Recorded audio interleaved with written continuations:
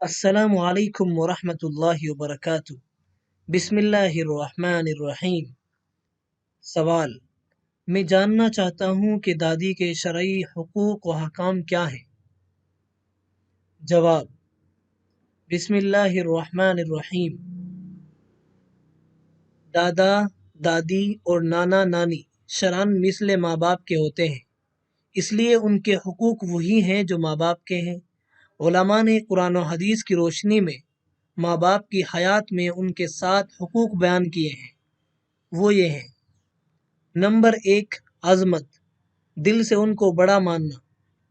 Number 2، محبت، دل سے ان کو چاہنا اور ان سے محبت کرنا۔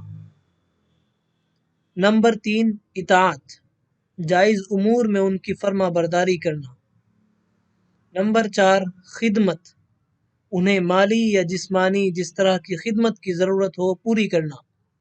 نمبر 5، فکر راحت، ان کے راحت و آرام کا خیال رکھنا۔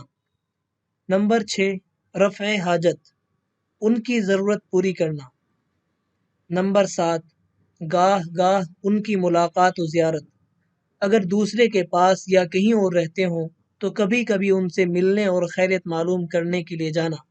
یہی حقوق دادی کی حیات میں دادی کے بھی ہیں۔ واللہ تعالی عالم۔ دارالفتاح، دارالعلوم دیوبند۔